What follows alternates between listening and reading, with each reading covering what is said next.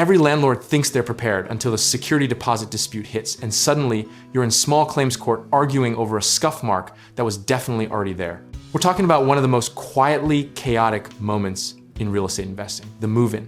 A process so routinely botched that it costs landlords and tenants billions of dollars in disputes every year. The root of almost every deposit battle isn't dishonesty, it's documentation, or rather, the terrifying absence of it.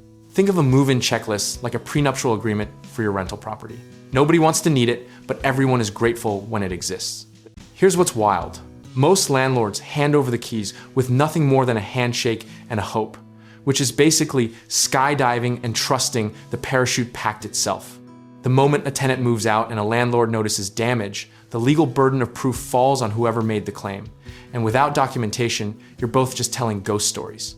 The checklist itself needs to be room by room, surface by surface, and obsessively specific. We're talking walls, ceilings, floors, fixtures, appliances, outlets, windows, and doors, all cataloged with written condition notes.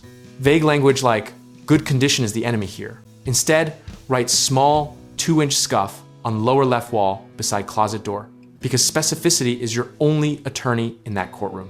Photographs and video walkthroughs are no longer optional. They are the checklist's backbone, the receipts that make or break your case. Date stamp everything, store it in the cloud, and ideally have both landlord and tenant present during the walkthrough so signatures can be collected acknowledging the property's condition. Here's where most investors get tripped up. They treat the move-in inspection as a formality rather than a legal event, which is the equivalent of showing up to a chess match and not knowing the pieces can move. Courts in almost every state treat a signed, detailed move-in checklist as the definitive baseline, making it the single most powerful document in your landlord toolkit. Historically, landlord-tenant law has consistently evolved toward tenant protections, meaning the investor who fails to adapt their documentation practices is always playing catch-up with legislation that's been trending one direction for 50 years. States like California, Michigan, and Georgia now legally require move-in checklists to even have the right to withhold security deposits, ignore the paperwork, and you forfeit the money, full stop. One of the most persistent myths is that a verbal agreement or a trust-based relationship eliminates the need for formal documentation.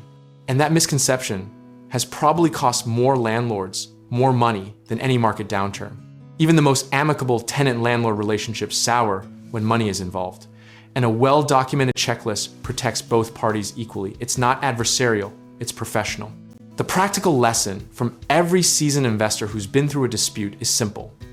Build the checklist into your turnover system as a non-negotiable, repeatable process, not something you improvise each time. Create a master template. Customize it per property.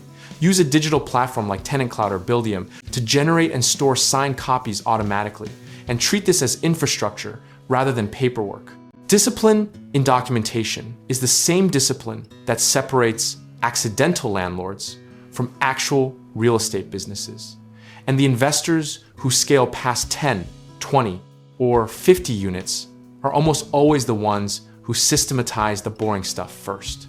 It's not glamorous, but neither is losing $3,000 in court because you couldn't prove the bathroom tile was already cracked.